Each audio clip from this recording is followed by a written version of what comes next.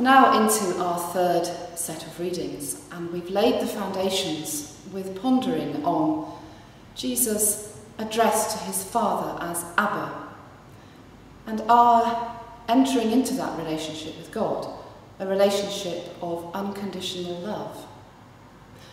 And we've seen the paradox that this God is a holy God who created and sustained the whole universe, and that he asks us graciously to join in with this work.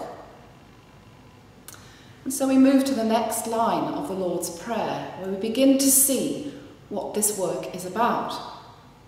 And it's about praying for the kingdom.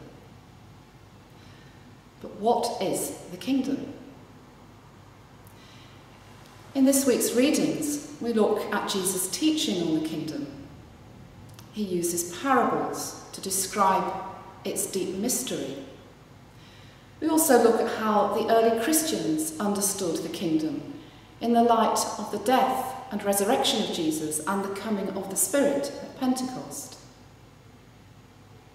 And we see from all of this that the kingdom is a spiritual thing, that it's a place where the heavenly perspective rules, that to enter the kingdom is to see things afresh, and that this kingdom is both dispersed through the world and something that can stand tall as a beacon, like the mustard seed that grew into a great tree, that is there for the whole world to be drawn to, that it's about transformation of communities, about the transformation of personal lives by the action of God through his Spirit.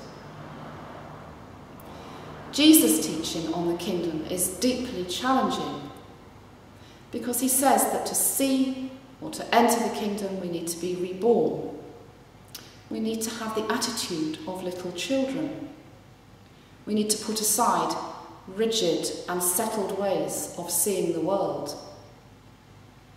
And if we try and enter the kingdom attached to our material possessions, we won't get in.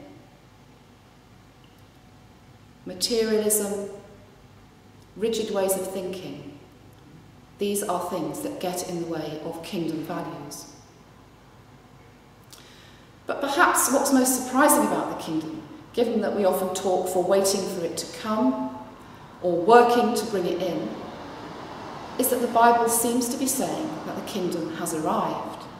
It drew near in the life and the work and the ministry of Jesus, and it arrived through his death and resurrection and the coming of the Spirit at Pentecost. And in one of our readings from the book of Revelation, we are told this amazing thing.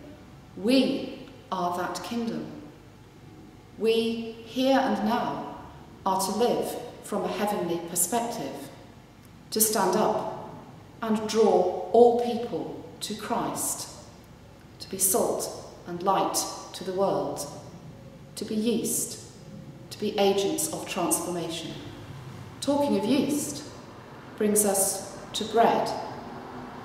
And in our next readings, we'll explore the image of bread much more deeply.